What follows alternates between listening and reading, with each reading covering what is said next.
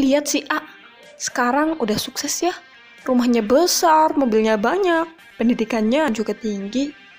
Sebenarnya apa sih arti kesuksesan? Apakah seperti tadi, yang punya rumah dan mobil mewah?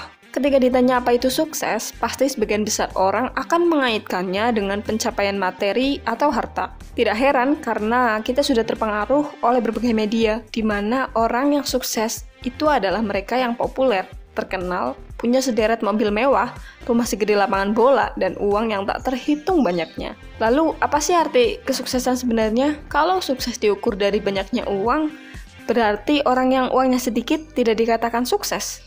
Kalau sukses diukur dari rumah mewah dan besar, mobil banyak, punya kolam renang, berarti orang yang rumahnya kecil dan tidak punya semua itu bukan orang yang sukses.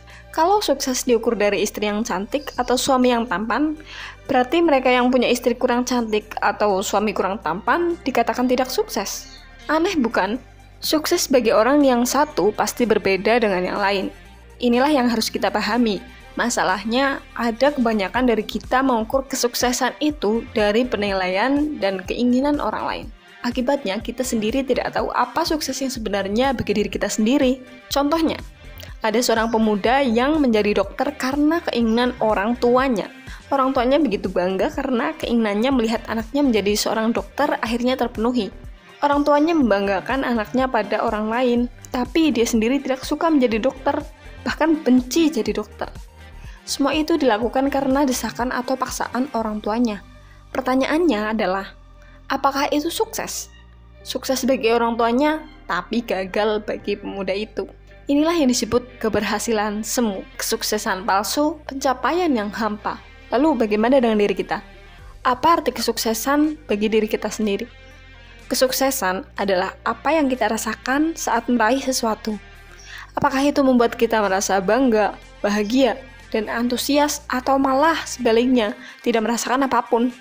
Merasa biasa-biasa saja, bahkan tidak bahagia sama sekali.